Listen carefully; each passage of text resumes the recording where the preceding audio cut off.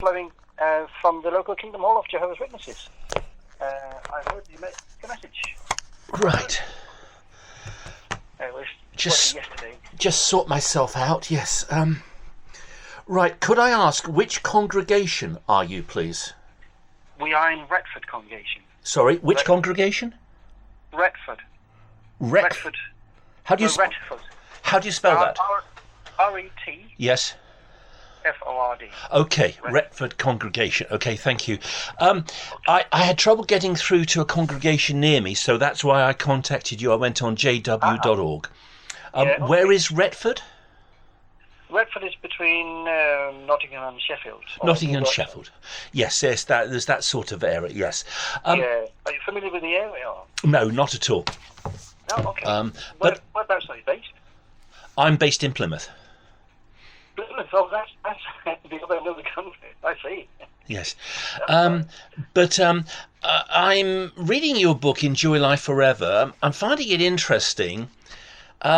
Is it possible to help? There are a couple of things I don't understand, but maybe it might be best just to do one thing from the book at a time. I don't like going quickly. I like to go very slowly and think. And I prefer to do one thing rather than every 5 minutes we go on to a new topic. Okay. What I can do for you is I can find the local congregation near Plymouth. And then if you put in your postcode, even you should get up. Okay. No, I'm not prepared to give my home details. I prefer to speak on the phone. Yeah, that's fine. But you can do that yourself without anything. You can search on the website. I've been on the website. I've been on the website for quite some time. I haven't found answers. Is it possible to help? Lesson 19: Are Jehovah's Witnesses real Christians? Could you help me with that chapter? Would you know about that chapter?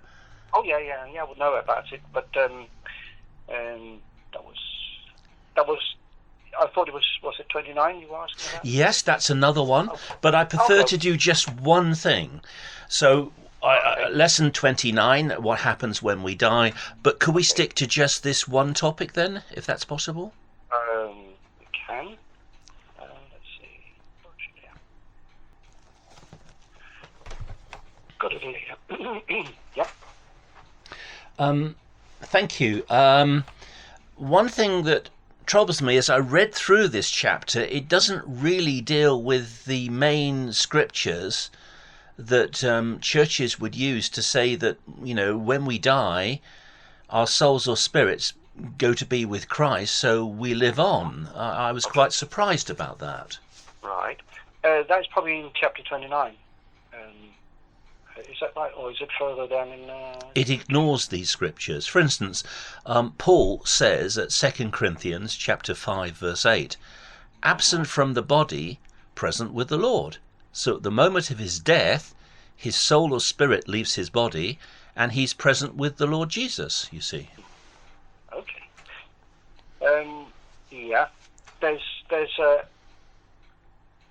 first we have to understand the difference between the two groups, isn't it? There's two groups of people, the hope of two groups of people. Abraham, for example, didn't go to heaven, for example. Yeah, this is... Jesus even said that. So it's... Sorry. There's a change in the Sorry, you said... You've just... Go slowly. You said Abraham didn't go to heaven. Did you say that? Yeah. I thought Abraham had a heavenly hope. That's interesting, yeah. But if you look at you can't find anything about that in the scriptures.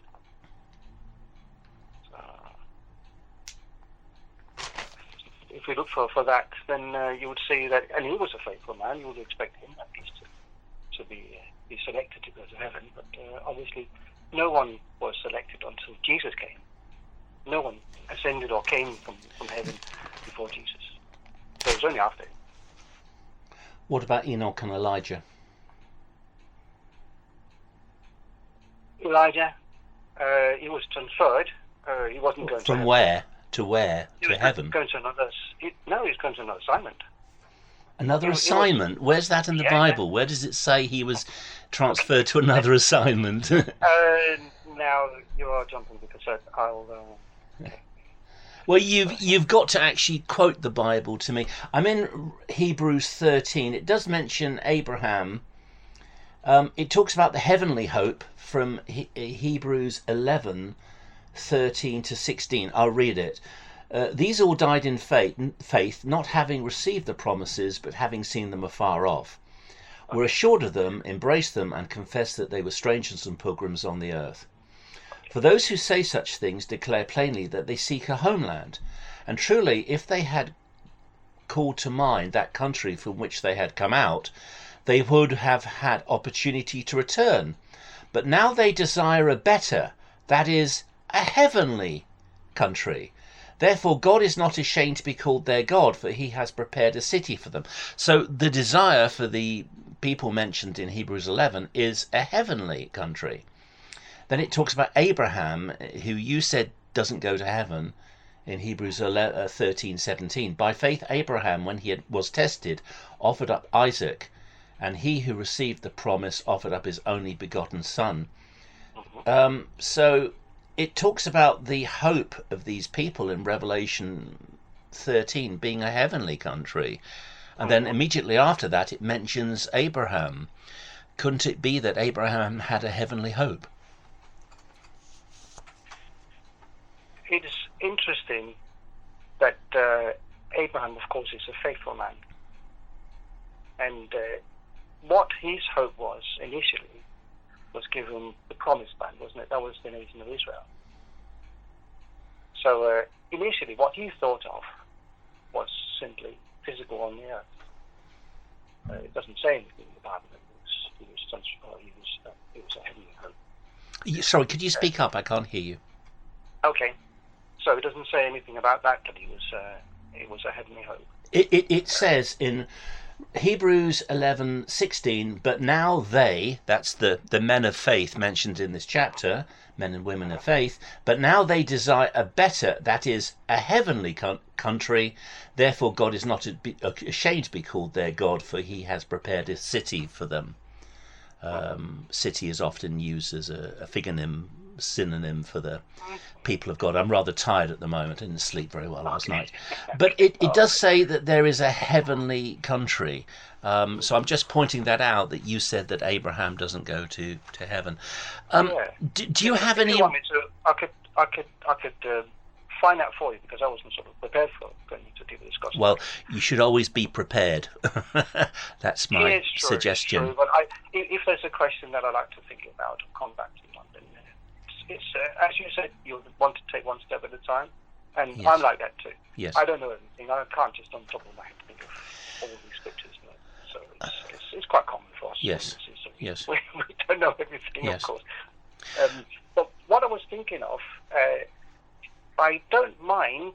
We have got the memorial of Jesus' death here on Saturday, which will explain quite a bit about the hopes and what happens to the dead. I know you live in Plymouth, so I can text you the I'm not interested. Okay. Seriously, I don't honestly care. I don't go to any religious meetings. I gave up years ago. Okay. And I've never been a Jehovah's Witness. Paul in Philippians 1:21 to 23 also talks about what happens when we die. He talks in the present tense because he's expecting to die, you see. And he says that to die is gain in Philippians 1:21. Okay, yeah. So how can death be gain if you cease to exist? Right. We have to think of what the hope was with the disciples and Jesus, because they were clearly selected to go to heaven. So he had this heavenly hope, and Paul was the one that understood that. And when they died, they expected to go to heaven. So that is their understanding, and that was the first Christians that understood that, and that is quite clear. So Paul is quite focusing on this, which is fine. if we look at Revelation, chapter 21, no, 14. There we see.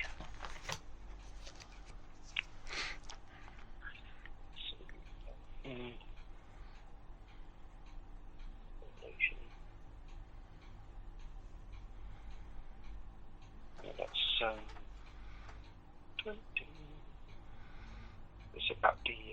What's the verse you're thinking of? Just. It was the great crowd.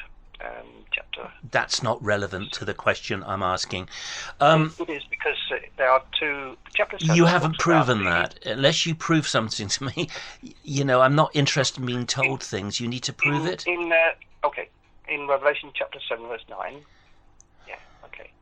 I really would prefer to focus on what happens when we die. Paul says to die is gain in Philippians 1:21. Could you address that? Yeah. I will. I'm just about to have something to eat now, Robert. So maybe. Then why call me? Wouldn't it be better to simply send me a text, choose a time where we can both put an hour to one side, and you actually prepare? Yeah, I wasn't prepared because you didn't. Yeah. So I'll have to do it. I prefer to look at something once, so I don't really want to look at this topic again. Another chapter I found very interesting. Sorry about the clock.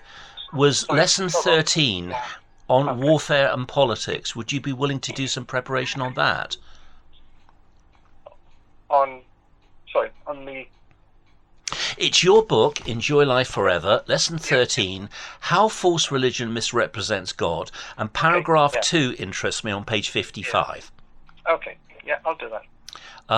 I can speak most evenings, but you do have to give me notice, of the exact time you're going to be calling me the day before. I can speak on Zoom. Yeah, we can arrange that. It's no problem. Well, I prefer not to. I don't have a family, so it's quicker for you to choose a time rather than go back and forward. You text me, I text you. You text me, I text you. You text me. I don't like that. You just choose a time to suit you and let me know, Robert. I'm going to call you or set up a Zoom room at this time. Yeah. I'll text you that. Is that right? Lesson 13, paragraph 2 is something that I found very interesting on politics and warfare. Yeah. Right. Okay. I'll do that for you. Lovely. All right. Thank you. All right. Bye-bye. Take care. Thank you.